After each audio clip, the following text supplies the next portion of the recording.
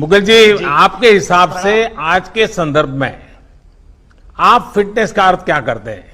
क्योंकि आप तो गीता और विवेकानंद और इन्हीं चीजों के आसपास अपनी बातें करते रहते हैं, तो उस बातों को कैसे समझाएंगे आप? हम भारतीय दृष्टि में, शिक्षा में, भारतीय दर्शन में फिटनेस को या स्वास्थ्य को एक समग्र दृष्टिकोण से देखते हैं। It's a complete concept. केवल शरीर के स्वस्थ होने की बात नहीं है, मन, बुद्धि और उससे भी महत्वपूर्ण भावना का स्थान फिटनेस में बहुत बड़ा होता है। और एक पक्ष जिसको आज वर्ल्ड हेल्थ ऑर्गेनाइजेशन भी ध्यान में देता है हेल्थ की डेफिनेशन में, वह पक्ष है सामाजिक स्वास्थ्य का पक्ष। और इसलिए आपने ये जो एक बहुत महत्वपूर्ण और फिट इंडिया मूवमेंट शुरू किया, स्वस्थ भारत का ये अभियान शुरू किया है, क्योंकि पूरा समाज स्वस्थ होने का प्रयास करेगा तब व्यक्ति स्वस्थ रह पाएगा, अकेले के प्रयास करने से नहीं होगा। इसलिए ये जो एक कल्चर डेवलप हो रहा है स्वास्थ्य का, ये बहुत महत्वपूर्ण है। और हमको तो बहुत खुशी होती है, भगवत गीता कहती है यद्यद् आचरति श्रेष्ठ तत्त देवेतरो जनः। और देश के प्रधानमंत्री जब संसद में खड़े होकर के सूर्य नमस्कार का बखान करते हैं, तब सारा देश प्रेरणा लेता है सूर्य नमस्कार की। मैंने 4 साल की उम्र में माँ को सूर्य नमस्कार करते हुए देखा और उनका अनुसरण करते करते सूर्य नमस्कार सीखा, और तब से सूर्य नमस्कार एक दिन भी बिना रुके कर रहा हूं। और आज मध्य प्रदेश में हर स्वामी विवेकानंद जयंती को 12 जनवरी को आकाशवाणी से सूर्य नमस्कार का संचालन होता है, और 1 करोड़ से ज्यादा स्कूली छात्र 2007 से लगातार सूर्य नमस्कार करते हैं। इसलिए आपका वो सूर्य नमस्कार का वीडियो देख करके इतना आनंद हुआ और ऐसा लगा कि अब इस देश के सर्वोच्च स्थान से भी सूर्य नमस्कार की बात हो रही है। तो समर्थ रामदास के बाद आपकी याद आई कि आपने ऐसा एक बहुत अद्भुत मंत्र दिया। मुकुल जी, आप इतने सालों से युवाओं के बीच में गीता स्वाध्याय करते आ रहे हैं, आपको क्या लगता है? जैसे आपने कहा कि भी एक मध्य प्रदेश का सूर्य नमस्कार की सफलता, और आप जिस मिशन को लेकर काम करते हैं, आपको क्या लगता है? भगवत गीता 2 वीरों के बीच का संवाद है, श्री कृष्णार्जुन संवाद है। कृष्ण वह है जिसने एक उंगली पर गोवर्धन उठा लिया था, और अर्जुन को सव्यसाची कहते हैं, दाहिने बाएं दोनों हाथ से गांडी उठा करके 24 घंटे बिना नींद लिए कर्म करने की क्षमता है। इसलिए भगवत गीता 2 सबसे फिट लोगों के बीच का संवाद है।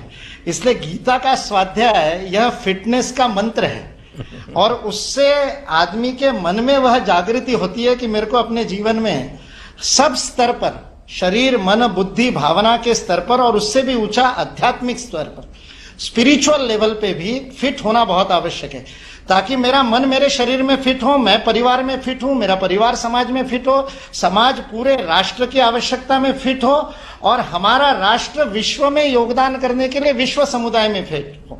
तब तो माता भूमि पुत्रो हम पृथिव्याम होगा, और हम पर्यावरण को भी फिट करेंगे। इसलिए यह फिटनेस एक भगवत गीता एक समग्र विचार हमको देती है, एक दृष्टि देती है। और इसलिए मैंने हमेशा पाया, पिछले 30 वर्षों से युवाओं के बीच में गीता स्वाध्याय कर रहा हूं, तो युवाओं को जब ये दृष्टि देते हैं तब वो कहते हैं, पहले तो हम सोचते थे गीता रिटायरमेंट के बाद की बात है, अब पता चलता है गीता पढ़ेंगे तो रिटायर होंगे ही नहीं, रिटायर होते रहेंगे, बार बार टायर बदलते रहेंगे और नई नई पारी खेलते रहेंगे। यह युवाओं को प्रेरणा भगवत गीता से मिलती है। मुकुल जी, आप शिक्षा और युवाओं को लेकर पैशनेट है। आप यानी युवाओं के मन में भी आपसे कुछ न कुछ जानने की इच्छा रहती है। मेन चीज है मेंटल फिटनेस, इमोशनल फिटनेस। क्या उसके संबंध में आप कुछ बात सरलता से समझा पाएंगे? जी, बहुत बढ़िया। आपको पहले तो एक इस बात के लिए बधाई दे दूं कि राष्ट्रीय शिक्षा नीति में आपने फिटनेस को, खेल को, योग को एक्स्ट्रा करिकुलर से करिकुलर में लेकर के आया। अब ये पाठ्येतर गतिविधि नहीं बन गई, अब ये पाठ्यक्रम का अंग बन गई है, अब उसके क्रेडिट मिलेंगे। ये एक बहुत अद्भुत क्रांतिकारी काम इस राष्ट्रीय शिक्षा नीति 2020 में हुआ है, उसके लिए आपको बहुत बड़ी बधाई।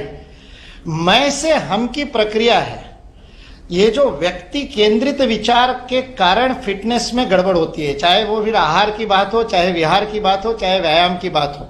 जो सर्वे भवन्तु सुखिना का मंत्र है, वह मंत्र होता है मैं के विस्तार से। इसलिए मेंटल और इमोशनल फिटनेस जो है वह निस्वार्थता की ओर ले जाने वाली है। स्वामी विवेकानंद का वाक्य है, एन ऑन्स ऑफ अनसेल्फिशनेस, एक रत्ती भर भी निस्वार्थता आपको टनों शक्ति प्रदान करती है, इतनी बड़ी मनोशक्ति प्रदान करती है। ये जो ताकत देने वाली बात है, जब मैं व्यक्तिगत स्वयं के लिए काम करता हूं और जब मैं उसी काम को परिवार के लिए करता हूं, तो मेरे मन का विस्तार होता है, मेरी भावना का विस्तार हो, मेरा पर्पस ऑफ लाइफ बड़ा हो जाता है। और आज आप सारे काम देश के लिए करते हैं, 24 घंटे देश के लिए काम करते हैं। विराट कोहली जी जब देश के लिए खेलते हैं और जब क्लब के लिए खेलते हैं, उनके खेल में हम देखने वालों को फर्क दिखाई देता है। जब मैं राष्ट्र के लिए स्वयं को दांव पर लगाता हूं तो मेरी इफिशियंसी बदल जाती है, क्योंकि मेरे भावना का उतना विस्तार होता है। फिर 135 करोड़ भारतवासियों का भावनात्मक संबल भी मुझे मिलता है। इसलिए ये जो मैं से हम की प्रक्रिया है, और फिर भारत सारे विश्व के लिए काम करता है, तो सारी मानवता, सारी सृष्टि और फिर परमेष्टि, ये जो आध्यात्मिक विकास तक जो मैं से हम की यात्रा होती है, व्यक्ति से परिवार, परिवार से समाज, समाज से राष्ट्र, राष्ट्र से सृष्टि और सृष्टि से परमेष्टि, यह जो व्यष्टि से समष्टि की यात्रा है, यह फिटनेस का एक बहुत बड़ा मंत्र है। ये जीवन का पर्पस ऑफ लाइफ बदल देता है। और पर्पस ऑफ लाइफ ही तो सब कुछ है, नहीं तो फिर तो मेंटेनेंस की हो जाएगी कि कार घर में ले आओ और उसको चकाचक रखो और मेंटेन करो, लेकिन चलाओ मत, क्योंकि चलाने से खरोच आ जाएगी। वैसे ही शरीर को केवल मेंटेन करना तो फिटनेस नहीं है। उस शरीर मन बुद्धि से बने हुए व्यक्तित्व का एक गंतव्य है, एक लक्ष्य है, एक पर्पस ऑफ लाइफ है, एक मकसद है, जिसको प्राप्त करने के लिए हमको काम करना है।